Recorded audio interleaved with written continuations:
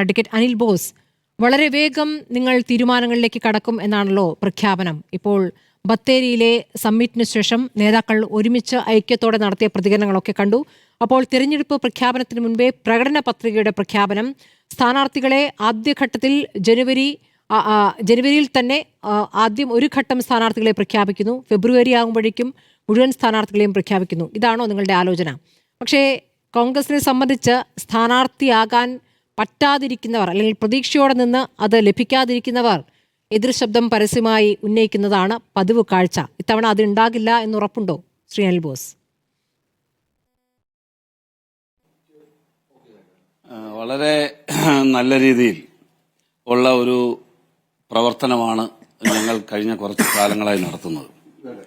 തദ്ദേശ സ്വയംഭരണ സ്ഥാപനങ്ങളിലേക്കുള്ള തെരഞ്ഞെടുപ്പിന് മാസങ്ങൾക്ക് മുമ്പ് തന്നെ ഞങ്ങൾ വലിയ ഒരുക്കങ്ങൾ നടത്തി.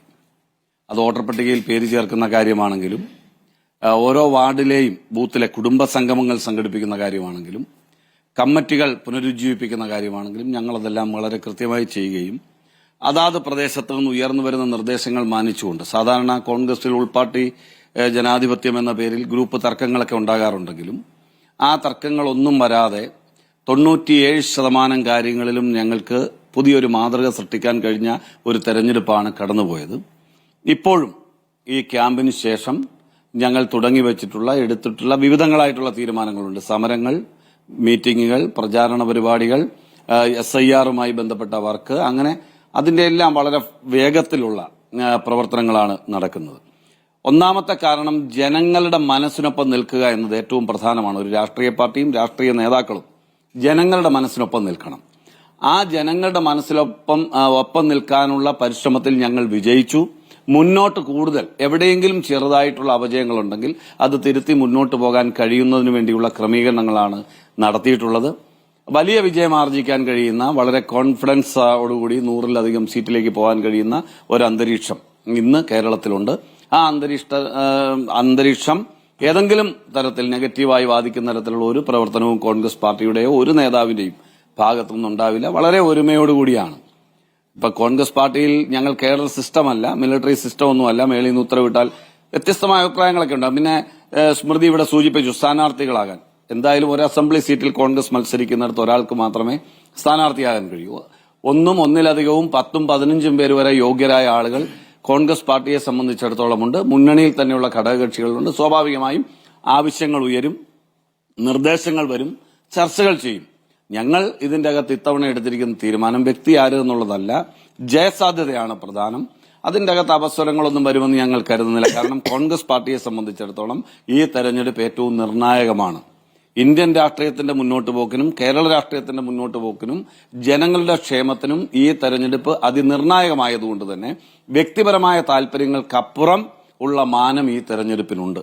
അതുകൊണ്ട് അപസ്വരങ്ങൾ എവിടെങ്കിലും വാർത്തകളായി വരില്ല എന്നൊന്നും ഞാൻ പറയുന്നില്ല. പക്ഷെ അതൊന്നും കാമ്പുള്ളതായി മാറില്ല. വളരെ കൃത്യമായ, ഇപ്പൊ ഞാൻ പറയട്ടെ, ഞങ്ങളെക്കാൾ എത്രയോ സിസ്റ്റമാറ്റിക്കായിട്ട് പ്രവർത്തിക്കാൻ കഴിയുന്ന സന്നദ്ധ സംവിധാനങ്ങളും സംഘടനാ സംവിധാനങ്ങളും ഉള്ള പാർട്ടിയാണ് CPMും BJPയും. ആ കാര്യത്തിൽ ഞങ്ങൾക്ക് തർക്കമില്ലല്ലോ. ഞങ്ങൾ നേതാക്കന്മാരും ഞങ്ങൾ വോട്ടർമാരും ഞങ്ങളുടെ കുറച്ച് വർക്കർമാരും ചേരുന്നൊരു സംവിധാനമാണെങ്കിൽ മറ്റതങ്ങനെയല്ല. പെയ്ഡ് വർക്കേഴ്സും അല്ലാത്തവരും തമ്മിലുള്ള അന്തരമുണ്ട് ഇതിന്റെ അകത്ത്. ഞങ്ങളെ സംബന്ധിച്ചിടത്തോളം സ്വതന്ത്രമായ അഭിപ്രായം പറയും, സ്വതന്ത്രമായി പ്രവർത്തിക്കും, ആ നിലയിൽ മുന്നോട്ട് പോകും. ഇപ്പൊ നമ്മൾ കാണുന്നില്ലേ, തിരുവനന്തപുരത്ത് കോർപ്പറേഷൻ തെരഞ്ഞെടുപ്പ് കഴിഞ്ഞപ്പോ മുൻ DGPയുടെ പ്രതികരണങ്ങളിലൂടെ നിങ്ങൾ കാണുന്നില്ലേ അവിടുത്തെ ജനാധിപത്യം എന്താണെന്ന്? കാണുന്നില്ലേ? 6 വർഷം പോലും BJPയിൽ ഇല്ലാത്ത ഒരാളെ കേരളത്തിൽ കൊണ്ടുവന്ന് BJPയുടെ പ്രസിഡന്റാക്കി വെച്ച രാഷ്ട്രീയം നിങ്ങൾ കാണുന്നില്ലേ? അപ്പൊ അത് ഓരോ പാർട്ടിയിലും അവരുടേതായ കാര്യങ്ങളുണ്ട്, അവരുടേതായ രീതികളുണ്ട്. അതിലൊന്നും നമ്മൾ ഇടപെടേണ്ട കാര്യമില്ല. സംഘടനയാകുമ്പോഴും സന്യാസി ശ്രേഷ്ഠന്മാരിലും വൈദിക ശ്രേഷ്ഠന്മാരിലും പോലും സർവ്വസംഘ പരിത്യാഗികൾക്കിടയിൽ പോലും അഭിപ്രായ വ്യത്യാസങ്ങൾ ഉണ്ടാകുന്ന കാലഘട്ടത്തിൽ കോൺഗ്രസ് പാർട്ടിയിലോ മുന്നണിയിലോ ഏതെങ്കിലും ഒറ്റപ്പെട്ട ശബ്ദങ്ങൾ ഉണ്ടാകരുതെന്ന് പറയാൻ നമുക്ക് കഴിയില്ല. പക്ഷെ വളരെ നല്ല രീതിയിൽ വളരെ സന്തോഷത്തോടുകൂടി പോകാനും വിജയിക്കാനും കഴിയുന്ന ഒരു ചിട്ടവട്ട ക്രമങ്ങൾ ഞങ്ങൾ സൃഷ്ടിച്ചിട്ടുണ്ട്. അതിൽ ഞങ്ങൾക്ക് ഉജ്ജ്വലമായ വിജയം ജനങ്ങളുടെ പ്രതീക്ഷയ്ക്ക് ഒത്തുയർന്ന് നൽകാൻ കഴിയും എന്ന 100% ആത്മവിശ്വാസത്തിലും ഒപ്പം കരുതലിലുമാണ് കോൺഗ്രസും ഐക്യ ജനാധിപത്യ മുന്നണിയും. ശരിയാ.